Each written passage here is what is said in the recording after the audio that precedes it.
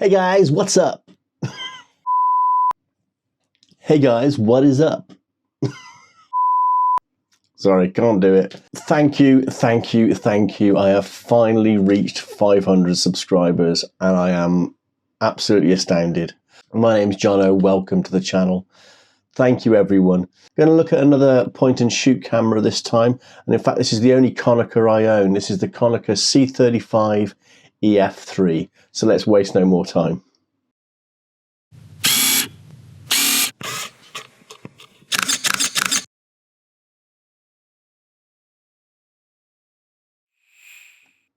So here we go. As I say, Konica C35 EF3.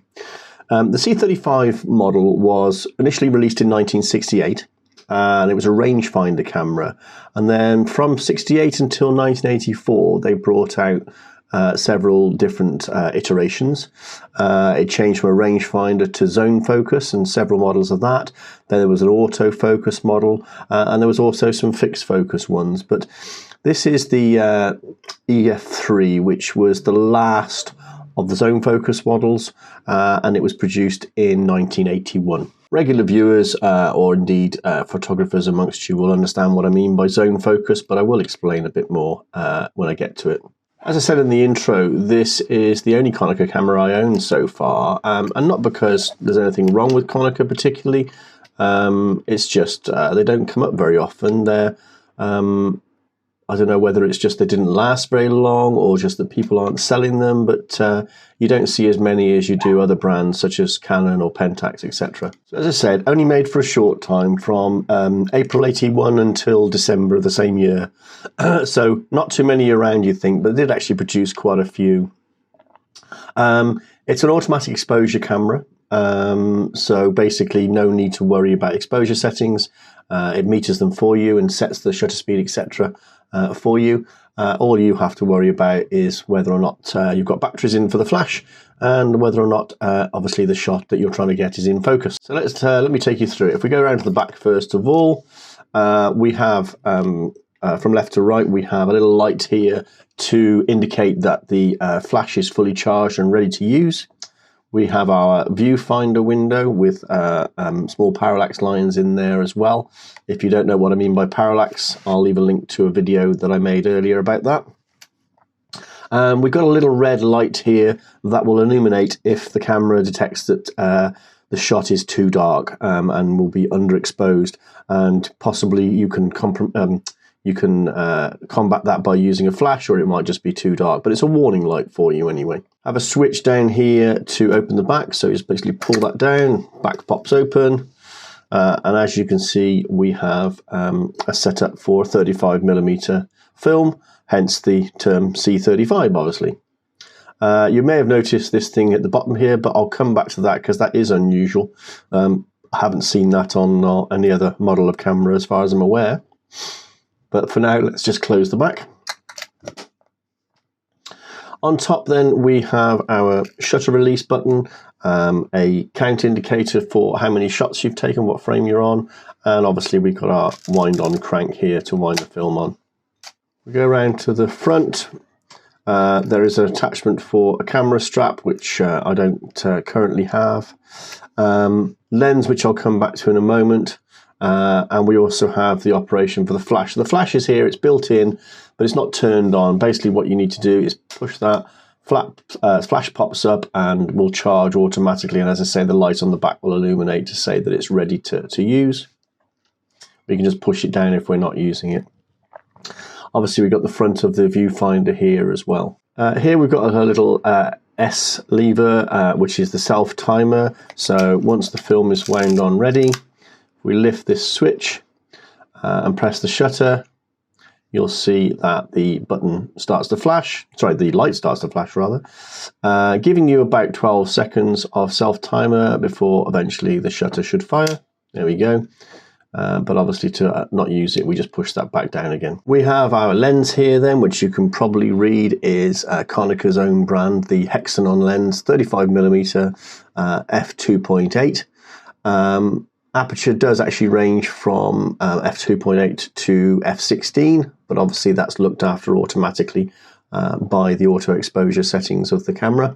And it's this little aperture here that actually is the light meter. This is the bit that will actually do the metering for you and set the shutter speed and the aperture automatically for you. We have a ring here which is to set the ASA of the film once it's loaded, and you can basically turn it from 25 ASA all the way up to the fastest it will recognise is 400 ASA. So to focus the lens, we've got 4 zones, which we've used on other cameras, or we've seen on other cameras before. So basically, all the way over to here is the little indicator. Little mountains represent that it's distance, so basically infinity for landscape shots, and then a little closer, portrait, and indeed, obviously, you know, close up as well. If you want that in actual distances, both on this side in metric and this side in imperial, it gives the sort of numerical versions. So close up is from focusing rather is from about 3 feet, 1 meter, up to infinity, depending on where we've got the lens turned to, and the same on this side. Not easy to show you on here, but there is actually a 43mm thread around the outside of the lens for you to fit things like filters and stuff like that. On the bottom then we have a mount for a tripod, and we've got our battery compartment. So the auto exposure and the flash etc. obviously require batteries, and it's just 2 AA's, so obviously nice and easy to get hold of. We just twist the little lid, you can see that I've got mine in there. Okay, so let's have a look at loading a film, because this arrangement, as I say, is quite unusual, and I've not come across it on any other cameras before. So let's explain how that works.